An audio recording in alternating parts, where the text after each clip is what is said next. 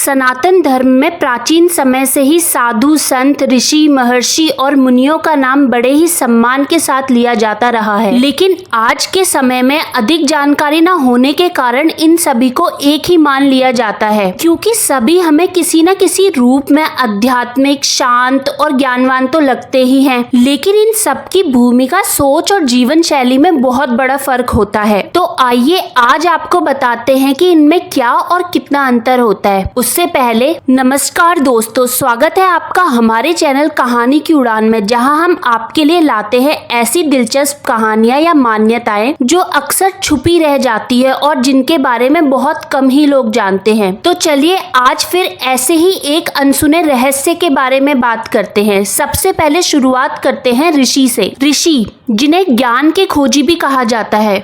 ऋषि उन विद्वानों को दिया जाने वाला नाम है जिन्होंने वैदिक ग्रंथों की रचना की। पर ब्रह्म के मुख से जिस ऋषि ने जिस मंत्र को सुना और मनुष्य जाति को बताया, उसी ऋषि से वह मंत्र जाना गया। आसान भाषा में कहें तो ऋषि वो होते हैं जिन्होंने भगवान के मुख से मंत्र को सुना, वेदों को सुना और उन्हें दुनिया को बताया। वो महान तपस्वी और ध्यान योगी होते हैं। उनकी विशेषता है ब्रह्म ज्ञान की अनुभूति। इसके साथ साथ वो क्रोध, लोभ, मोह, माया, अहंकार, ईर्ष्या आदि से कोसों दूर रहते हैं। ऋषियों ने ही वेद, उपनिषद, धर्म शास्त्रों की रचना की। उदाहरण के लिए वशिष्ठ ऋषि, अत्रि ऋषि, विश्वामित्र ऋषि। इसके साथ साथ ये भी जानने वाली बात है कि हजारों ऋषियों में से केवल कुछ को ही सप्त ऋषि का दर्जा मिला और उनके नाम पर ही गोत्र बने, जो हमने अपनी पुरानी वीडियो में एक्सप्लेन किया। अब जानते हैं महर्षि के बारे में। महर्षि को हम ऋषियों में श्रेष्ठ भी कहते हैं। महर्षि की उपाधि उन महात्माओं को दी जाती है जिन्हें परम चक्षु की प्राप्ति होती है। मनुष्य को 3 प्रकार के चक्षु प्राप्त होते हैं, जिनमें है दिव्य चक्षु, ज्ञान चक्षु और परम चक्षु। जिन्हें ज्ञान चक्षु की प्राप्ति होती है उन्हें ऋषि कहा जाता है, और जो परम चक्षु को जागृत कर लेते हैं उन्हें महर्षि कहा जाता है। इन्होंने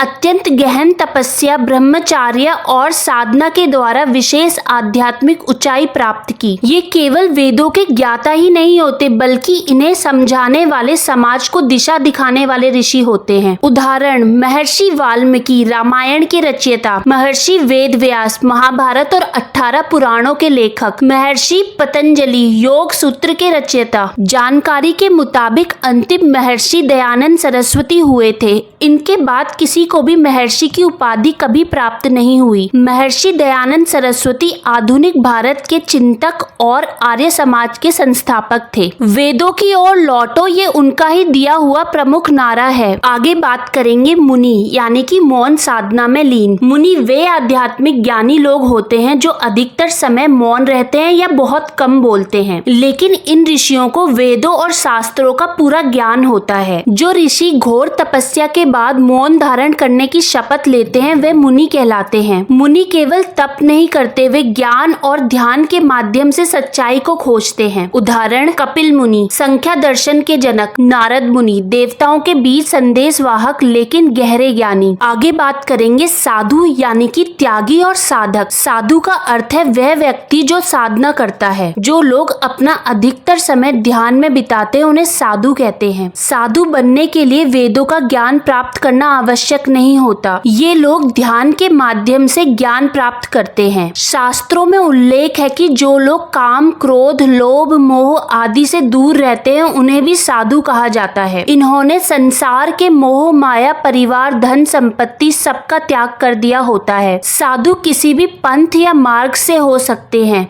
जैसे रामानंदी साधु, नाथ योगी, शैव साधु आदि। आगे बात करेंगे संत, यानी कि आध्यात्मिक गुरु और समाज सुधारक। संत की उपाधि उन लोगों को दी जाती है जो सत्य का अनुसरण करते हैं। ये लोग आत्मज्ञानी और सत्यवादी होते हैं। ऐसे लोग जिनका नियंत्रण अपनी वाणी पर होता है, जो लालसा से मुक्त होते हैं, जिनका अपनी भूख प्यास पर नियंत्रण होता है और जो इच्छाओं से रहित हैं। ये समाज को धर्म, भक्ति, प्रेम और सेवा सिखाते हैं। उदाहरण उदाहरण के लिए संत कबीर, संत तुलसीदास, संत रविदास। आगे हम जानेंगे सन्यासी यानी कि पूर्ण त्यागी। सन्यासी शब्द सन्यास से बना है जिसका अर्थ है त्याग करना, इसलिए जो त्याग करता है उसे सन्यासी कहते हैं। सन्यासी संपत्ति, गृहस्थ जीवन या वैवाहिक जीवन, सामाजिक और सांसारिक जीवन का त्याग करता है। वह योग और ध्यान का अभ्यास करते हुए अपने आराध्य की भक्ति में लीन रहता है। सन्यासी शब्द बहुत पुराना नहीं है, वैदिक काल में इसका कोई उल्लेख भी नहीं है। माना जाता है कि जैन और बौद्ध धर्म आने के बाद ये शब्द प्रचलन में आया। सन्यासी ब्रह्मचर्य, तप, भिक्षा, ध्यान और त्याग के पथ पर चलते हैं। अब जानते हैं कि योगी किसे कहते हैं। शरीर, मन और आत्मा के साधक को ही योगी कहते हैं। योगी वो होते हैं जो योग की साधना द्वारा अपने शरीर, इंद्रियों, मन और आत्मा को नियंत्रण में। योग केवल आसन नहीं, एक संपूर्ण जीवन पद्धति है जिसमें यम, नियम, ध्यान, प्राणायाम और समाधि तक की यात्रा शामिल है। उदाहरण, योगी पतंजलि। भगवान शिव को भी आदि योगी कहा जाता है। योगी खुद को ईश्वर से जोड़ने के लिए शरीर और मन का साधन करते हैं। अंत में जानेंगे महात्मा।